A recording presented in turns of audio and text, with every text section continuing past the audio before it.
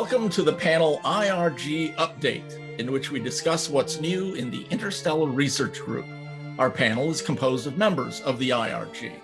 Doug Loss was an IT security analyst and is currently serving as the IT chair and president of the board of directors for the Interstellar Research Group.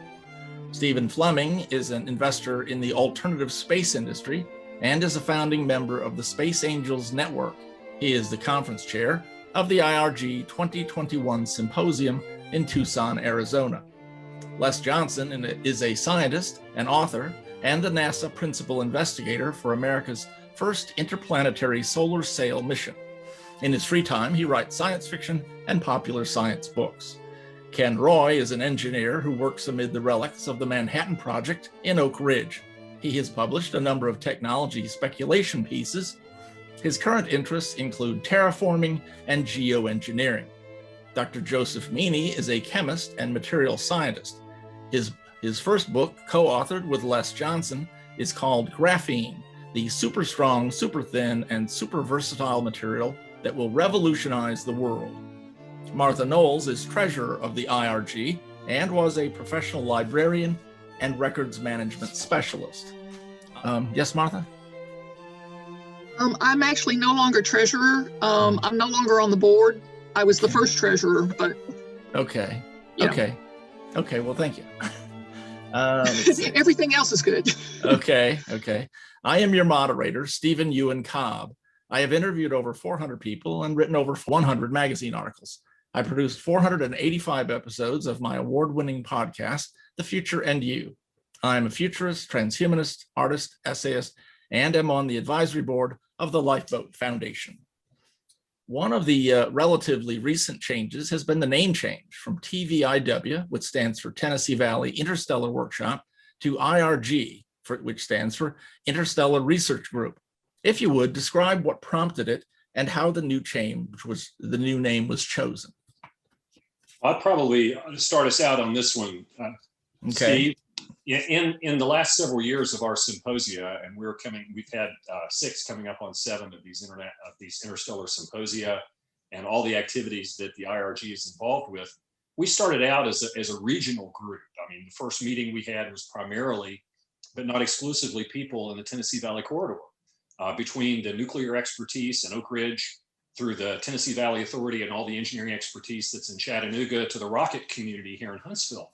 And hence our name was originally Tennessee Valley Interstellar Workshop, because we were mostly residents of the Tennessee Valley. But from that first meeting and our first meetings, we have had people from outside that region participating, including people from Europe. And over time, what we found is a sizable fraction of our participants at our meetings, people contributing work to the organization. As we branched out and started doing scholarships, it became clear that the interest in this kind of organization was much broader than just in our little regional area of the Tennessee Valley, where our heart will always remain. But we wanted to be able to be more of a group that helps coordinate and facilitate and foster the thought of interstellar travel on more of a global scale and not just a region of one country scale. And I think that gave rise to the eventual name change from the Tennessee Valley Interstellar Workshop to the IRG. And I have to admit, having a meeting of the Tennessee Valley Interstellar Workshop in Wichita, Kansas last time, and next time in Tucson, Arizona, sounds a little odd.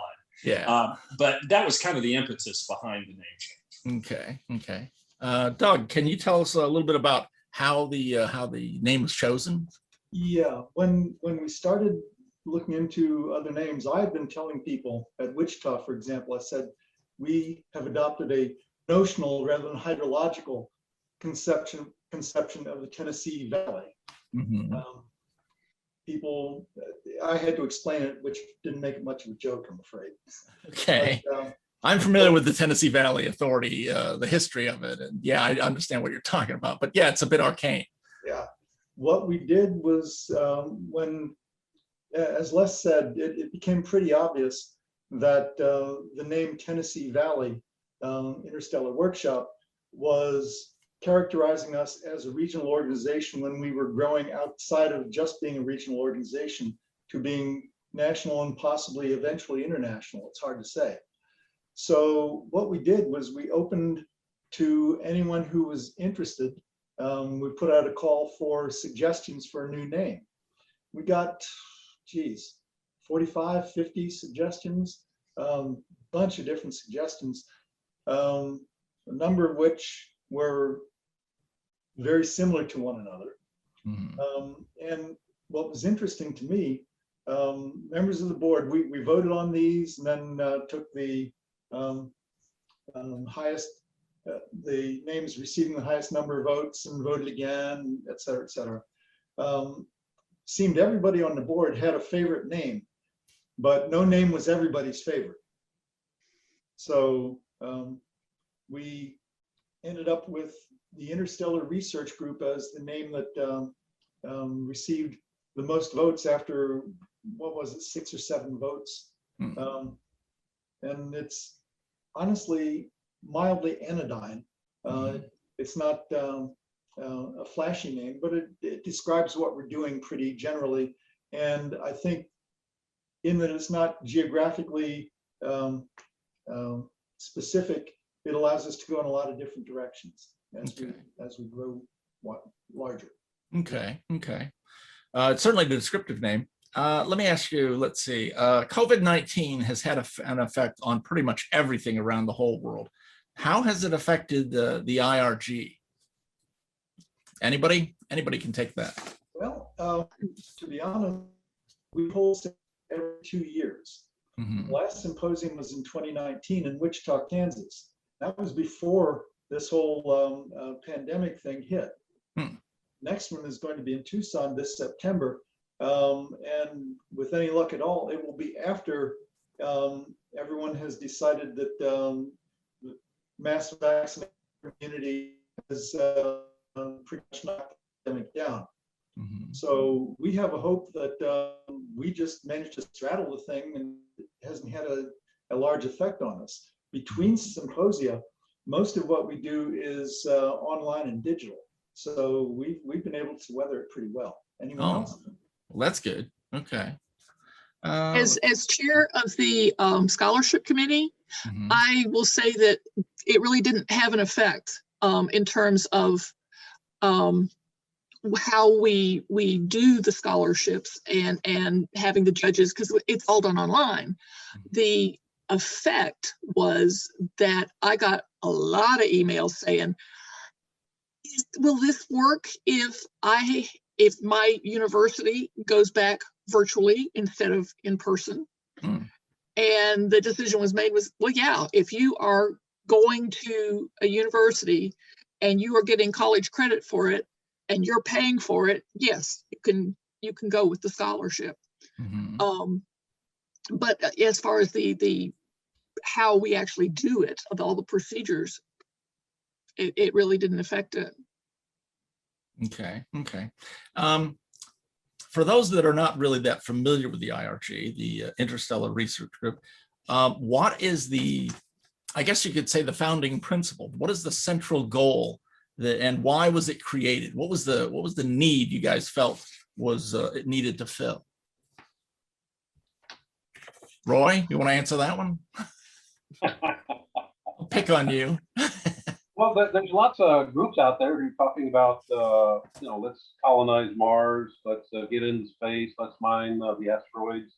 But there are very few, and the few that are out there are relatively small organizations thinking about interstellar travel. How we do it and why we would want to do it and what it could mean. And so we just saw a niche and said, okay, let's see what we can do. And we've been focused on going interstellar ever since. And I think we've been relatively successful. One of the things, if I may. Sure.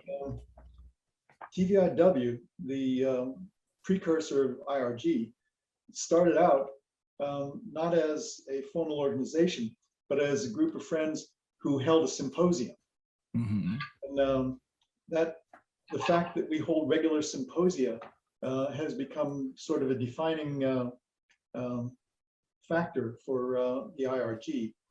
And in looking around, we saw that most of the face-to-face conferences that were being held by other interstellar organizations tended to be perhaps a little more popular than specifically engineering or scientific. So we've tried to not be solely scientific and engineering, but to have as sort of in the back of our minds, we want to be the serious folks. It's rather than have our presentations be, wouldn't it be fun to build our ship? It's more like, here's the engineering that we might be able to eventually use to get a starship. Okay. Yeah, and to expand on Doug's aspect a little bit too, we're not just focused on the engineering and physical aspects as well. A number of the presentations that come into the consideration of real, actual possibilities that will come into play when considering interstellar missions, we also consider the biological aspects. We also make sure to consider the social and political aspects. And so there are folks from across different specialties that are able to contribute, because we need to think about these problems in a truly holistic manner, and no one aspect can be really isolated from the other components of these systems. When whether you're going to build a generation world ship, or whether you're going to build a cryo ship, you know, those sorts of things are all going to have to be pretty well understood before an actual mission can be considered for a successful finish. Mm-hmm. Yeah. One of the things that, go ahead. Go ahead. I think one of the things to chime in on that is a lot of the work that needs to be done. You know, we're doing this for our kids or for our grandkids. I mean, none of us on this call are going to get to go. Likely our kids don't get to go. Except Les, of course. So this is the work of generations, but it needs to start. And the current funding mechanisms out there are not well aligned with multi-generational tasks. And it's not that IRG is able to fund, you know, enormous research efforts, but we can provide a showcase for those people, whether they're in academia or in industry or on their own, who are working on real work, not just, you know, wouldn't it be nice if, but okay, what does that mean? And let's put a couple of decimal places against it. We provide a showcase for those people to share their work and to learn about other people in the field, and maybe even build on each other's work. And that's just something that was missing, you know, 10 years ago. And now I think we've carved out a niche where people kind of count on us being here for that. Yeah, I've interviewed each of you, and as well as other people over the last few years concerning this topic. And when I interviewed Les Johnson, I asked him, what is the hardest obstacle to be overcome? And his first answer out of his mouth was everything. It was propulsion, life support, but also political resistance, public, money too, public opinion. It was like everything. And it really did cover it. Over the years, I've been involved as a volunteer with this organization for, you know, a couple of years, 2 or 3 years. But I was not there at the very beginning. What has changed, if anything, since the very beginning, the very early days, that very first meeting? What has changed since then?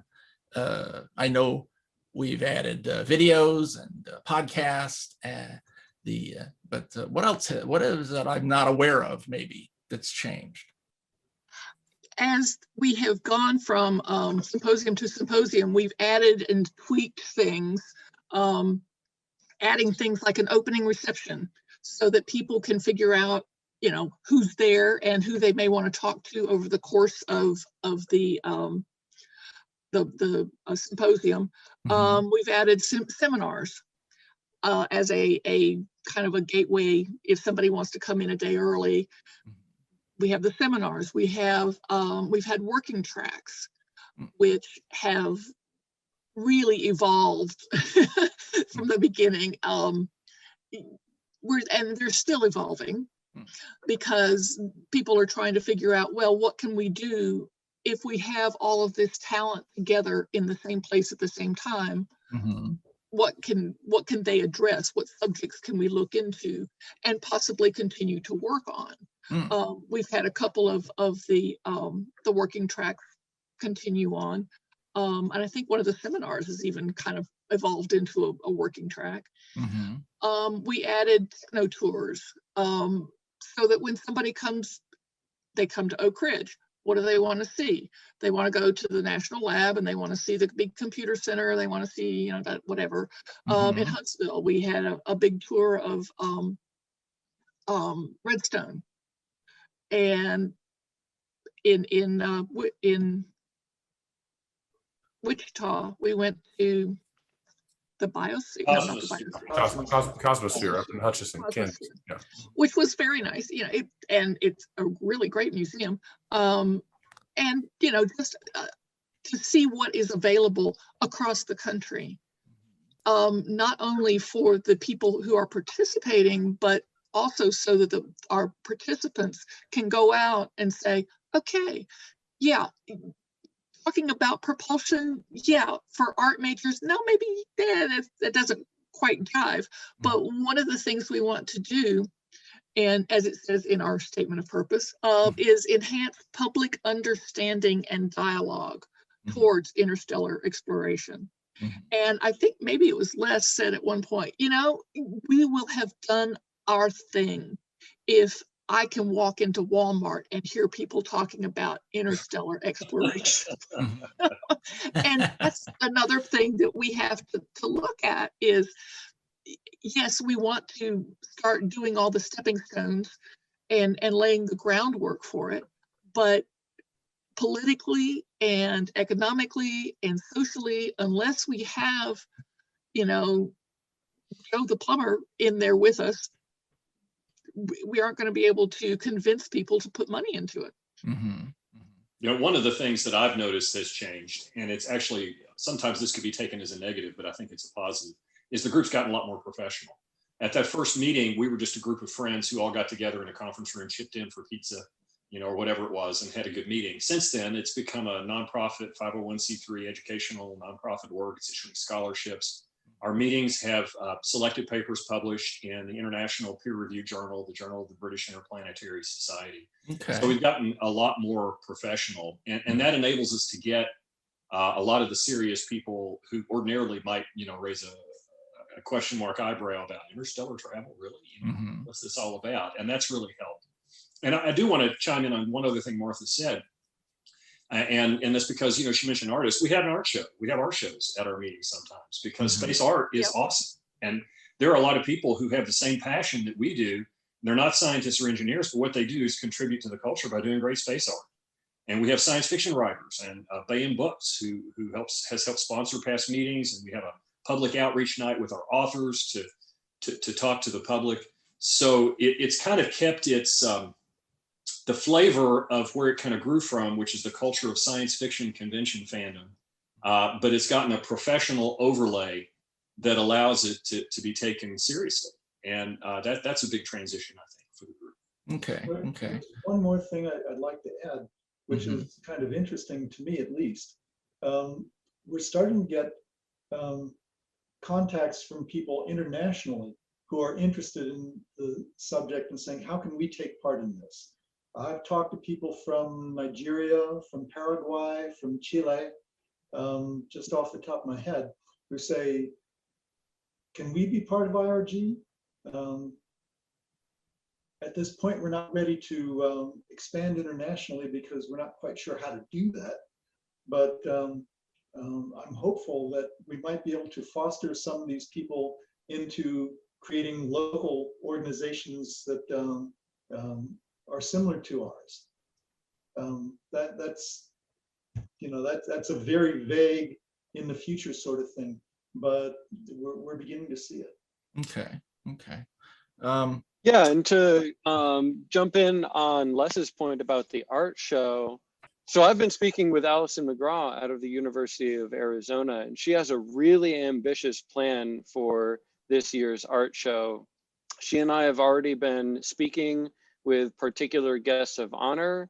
And not only is it going to have the feature event that we've scheduled within the symposium itself, but she's actually planning for this multi-day show that's going to run in parallel to the symposium itself, so that members of the public can enter at their leisure, peruse and speak with the artists over the course of the entire weekend. So this isn't just going to be limited to a couple of hours on a weeknight evening. This is actually going to be a real serious event with some local advertising and big media push. Mhm. So we're really excited about this. Okay. I was looking at the very first photo of that. I think it was the first meeting of the TVIW, which I'll use its name intermixed, basically the same as IRG, because it's such a long history of the old name. But that first photo, Greg Matloff was sitting, I think, in the first row. He's of course an astronomer, physicist, but his wife was sitting next to him, C. Bangs, and she's an artist, and she was, contributing her work to the organization as well. And so I was aware in the very early days there was a push to bring in artistic people as well as researchers. In fact, C gave a presentation at the first workshop on how her skills would relate to our whole push. Okay. And we got to see some of her wonderful art. Joe touched on this earlier. I mean, it's not just art. There's the idea of doing interstellar exploration touches on everything that humanity knows how to do. And so, yes, you'll see fascinating PowerPoint slides about new propulsion concepts, because we all need to figure out propulsion system that will get us there in a reasonable amount of time. But I mean, you're also going to have people talking about governance issues and social issues and legal issues. And then on kind of in between, still very scientific, but a different axis, life support issues. And how do you do closed loop recycling over periods of long periods of time? We have world experts in these things that are going to be able to come talk to us. It's not just saying, hey, we've got an engine, let's attach a spaceship to it. It affects all aspects of human endeavor. And we're open to all of those. Let's see, at least since 2017, the IRG has awarded scholarships to college students. I had a chance to interview 3 of the most recent winners of these scholarships. If you would talk a little bit about the scholarship program. Okay, actually, we've been giving them out since 2017, and we wanted to do something earlier, and we had a couple of essay contests to recognize that there were students out there that were interested in what we were doing, but we were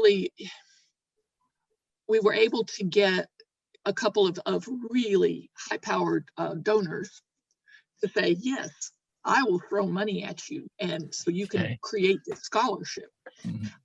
And we got enough to do 3 $2,500 scholarships. So 2 of them are for undergraduates and 1 of them is for a graduate student.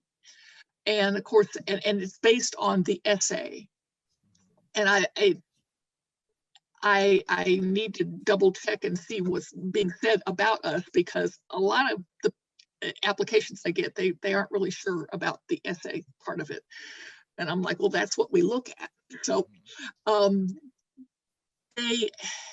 we have continued to increase, or the numbers of applications have increased every year.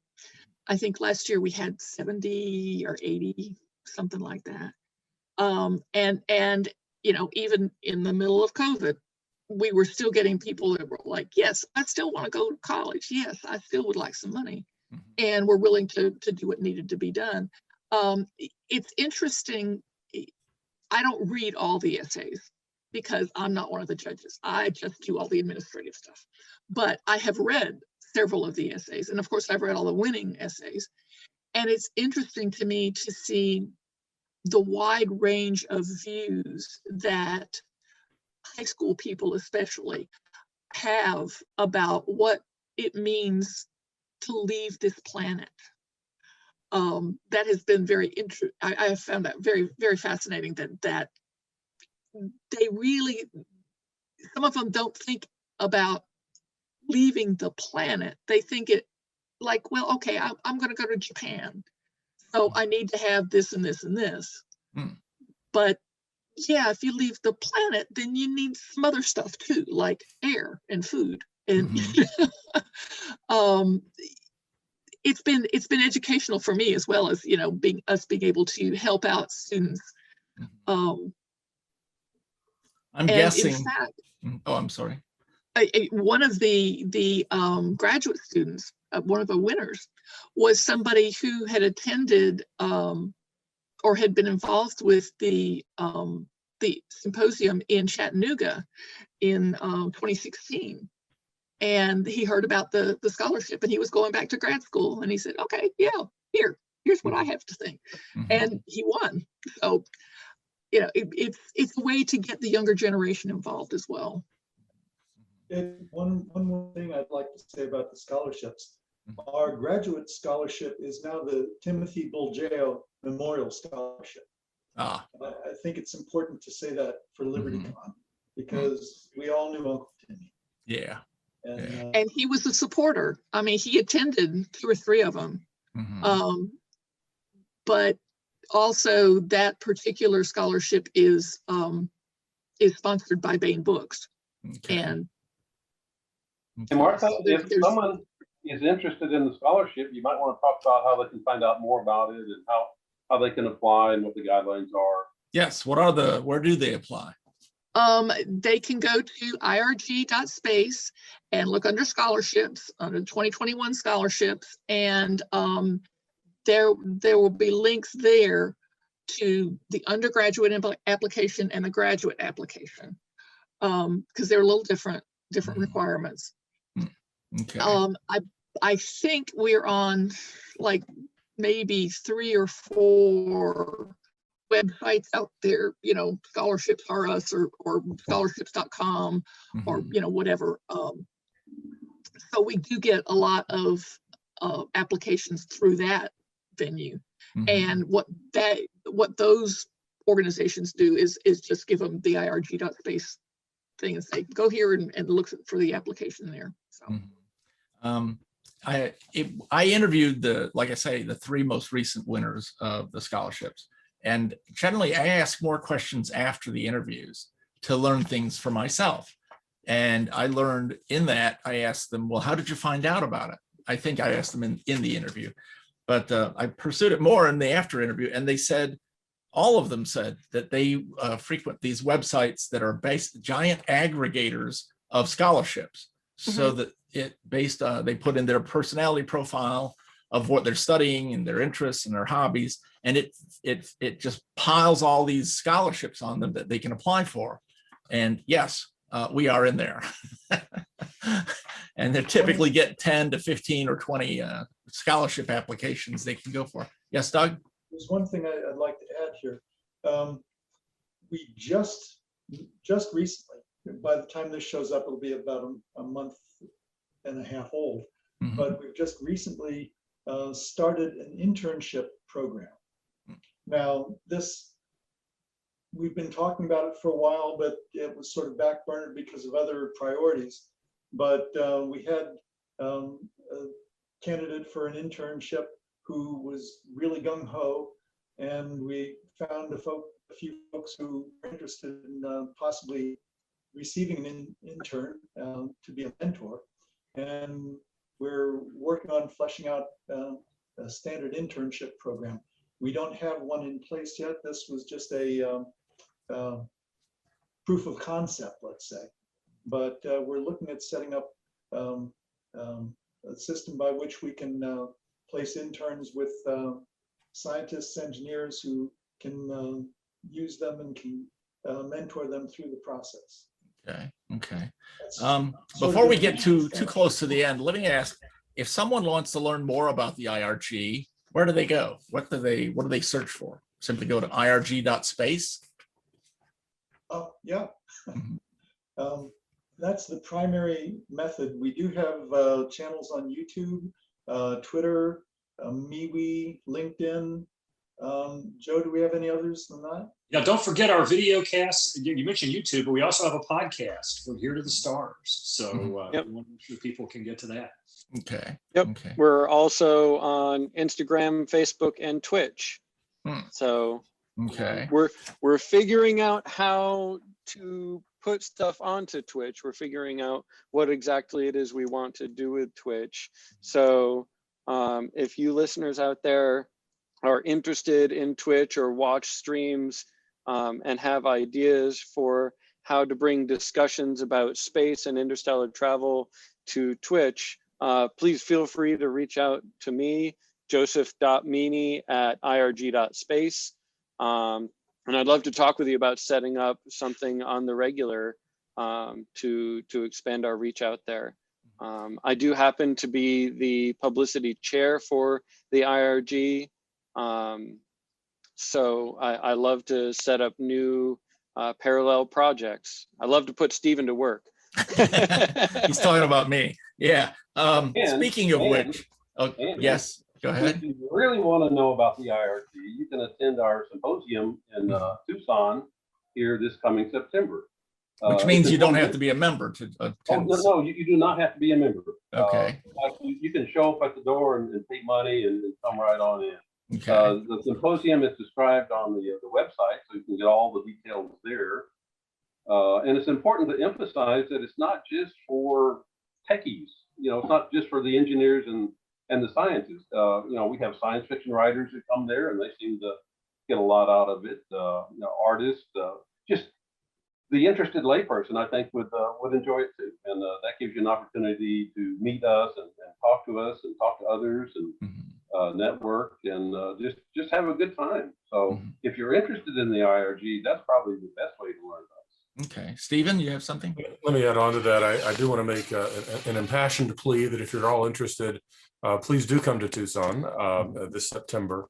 I know that LibertyCon had to go virtual this year, and that's, I know, frustrating. We're hoping that a lot of people are going to be comfortable traveling by September. I do want to point out we have,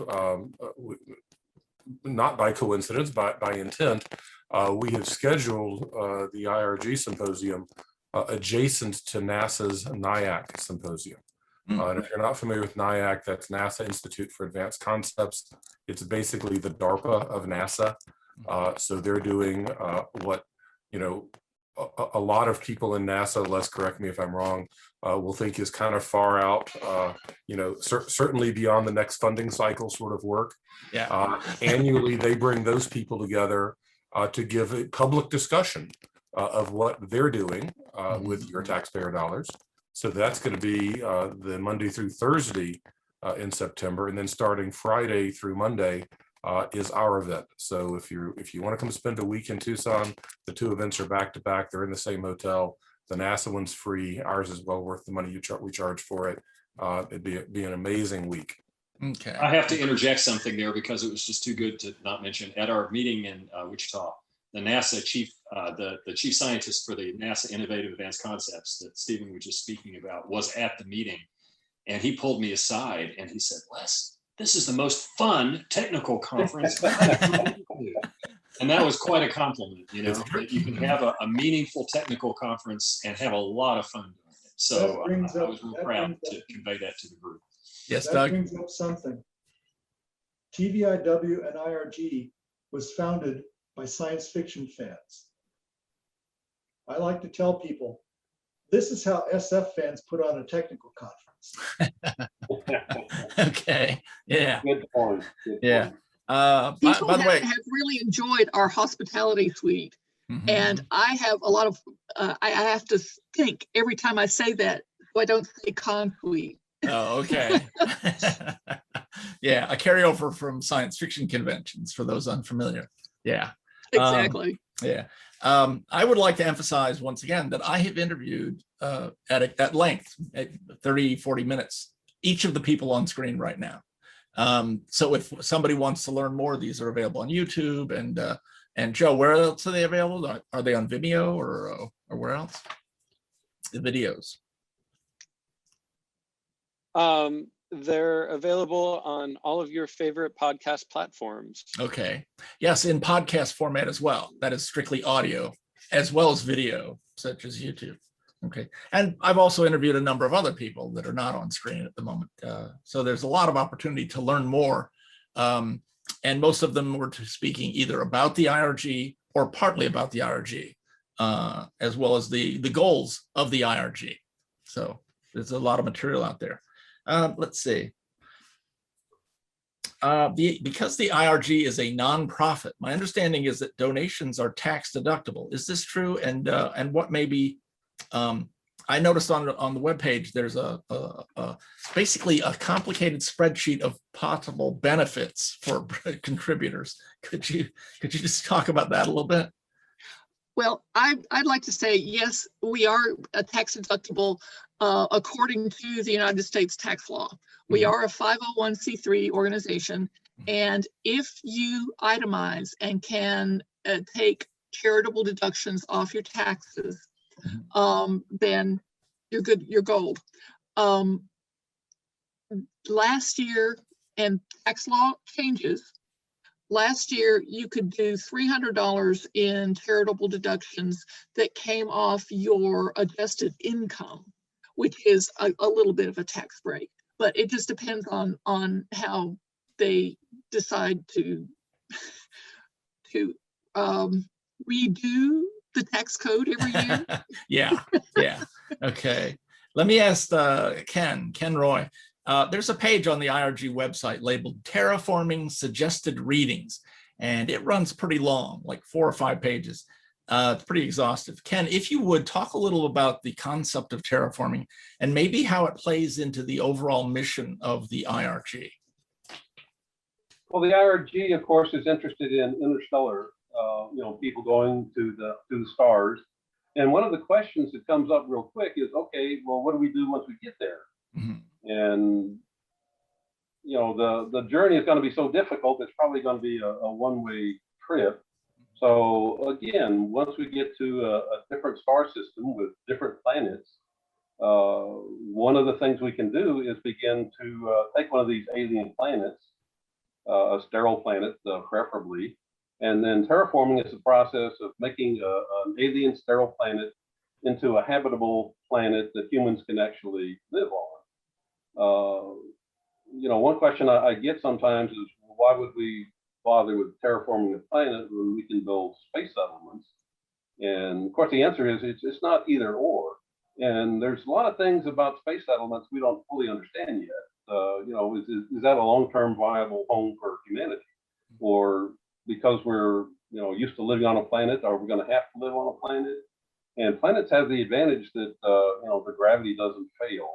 And we humans need gravity. We've had experience with people living in close to microgravity in the International Space Station that hadn't been real positive. There are a lot of health issues that result from that. So terraforming is just simply, well, it's not simple, but it's the process of converting a dead world into a living world that humans and all the life from Earth can live on. In other words, creating a second home. So that well falls under the umbrella of Interstellar. And yeah, there's people doing work on it. There's people thinking about it. It's kind of a discipline in the early stages yet, but there's lots of opportunity for people to contribute. Okay. Doug, on the website, there's a page I would categorize as a blog. It's labeled as the Soapbox. Doug, you wrote a piece that appeared in the Soapbox that was titled "Paying for the Stars." What was it you were trying to describe in that essay? Well, what that was about primarily was the fact that, as Ken just mentioned, any kind of voyage to another star, whether it's a unmanned probe or a crewed ship, is going to take a very long time. Historically, we've seen almost no missions, especially scientific missions, get approved if they are going to take longer than the working lifetime of the youngest scientist taking part in the excuse me, taking part in the project. So what we were doing was initially we started looking at the longest living, longest organized organizations around the world, universities, companies, religions, whatever, to see how they went into funding multi-generational projects. Because clearly nobody in Congress is going to pony up bunches of bucks for something that's going to come to fruition 200 years from now. That just isn't going to happen. Yeah. So the question was, what kind of processes, what kind of instruments can be created that could in fact carry this funding forward at a multi-generational level? We had people discussing this, philosophers, economists, and batting it back and forth. Nobody actually came up with a hard and fast answer, but it was a question that needs to be asked, I think. Now, if I may, the soapbox also, we set that up as a way for people who had something to say to the interstellar exploration community to post something. It hasn't gotten a lot of use at this point, but we would encourage anyone who's interested and has a question, a concern, an idea that they would like to get out there, contact us, let us look through it, and we'll be happy to put it up. It is a moderated soapbox because we didn't want to just open it up to UFO community and like that. But it's available to anyone. It's not just us. So if anyone viewing this panel is interested and you've got something that you'd like to make public, we're happy to help you do it. Okay, sort of a guest essayist, so to speak. But exactly. Okay. We'd also like other organizations to link to it if they want to. We're not trying to monopolize it. We just want to get the ideas out there. Okay. Okay. Stephen, I think you have spoken the least, so I'm going to give you the closing 3 minutes to summarize your ideas of what we've talked about, and specifically, what have we not talked about? What have we left out of it?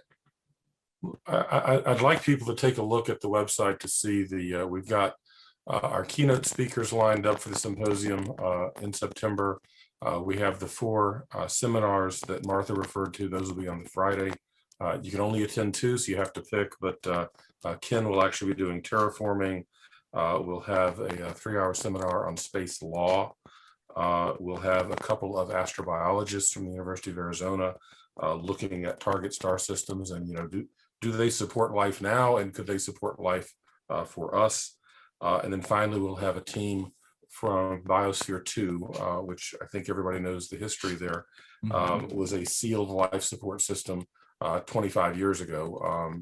It's gone through a lot of changes. It now belongs to the University of Arizona, and we'll have a team from there talking about closed loop life support, what we learned from that activity, and actually a new one that we're starting this year as a Martian analog system that it would apply to interstellar ships as well. So we've got some really thought leadership in the speakers, in the seminars, in the working tracks, and in the keynotes. It's going to be an awesome opportunity to rub elbows with these people, and I do hope that a lot of the folks from LibertyCon decide to make the trip west and come join us in Tucson. It'll be a great conference. Okay, excellent. Thank you all for joining us. It was excellent stuff. One more thing, if I may. Sure, go ahead. Real quick. By the time this airs, the IRG membership system should be up and running. So anyone interested can become a member of IRG. As we're recording this, we're about 3 or 4 days from making it available to. By the time this airs, it should be available. Okay. Did you have something, Les? Okay. I was giving the thumbs up to the membership system. I think that's great. Congrats. Yeah. Excellent. Okay. Thank you all. Bye-bye.